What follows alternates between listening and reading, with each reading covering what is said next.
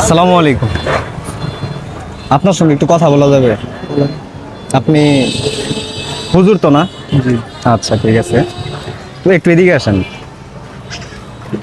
আমি যে কথাটা আপনাকে বলতে চাচ্ছি সেটা হচ্ছে, আমরা যারা মুসলিম আছি প্লাস আমাদের আমাদের না, হিন্দু ধর্মে যারা আছে, তো আমরা কিন্তু মুসলিমরা এই জিনিসটা বুঝি যে আমরা মারা যাওয়ার পর আমাদের যতটুকু পাপ হবে বা যতটুকু আমরা আল্লাহ তাআলার পথে চলতে পারবো, আমাদের সেই সোয়াবটা দিয়া আমরা কিছুটা হলো গুনাহ কিন্তু মাফ আল্লাহ তাআলা করে দিয়ে আমাদের কিন্তু বেহেশতে নিবে। আমরা কিন্তু সর্বশেষ আশাটা করতে পারি যে আমরা কোনো এক সময় জান্নাতে প্রবেশ করব।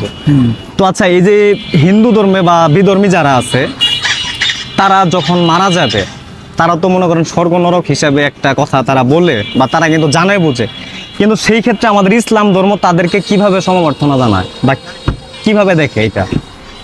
ওনারা কি সর্বশেষ আসলে কি জান্নাতে যাইতে পারবে তারা যদি বিধর্মী হয়ে মারা যায়? কিছু নাই, এই জগৎ ছাড়া পর জগতে স্বর্গ বলতে কিছু নাই।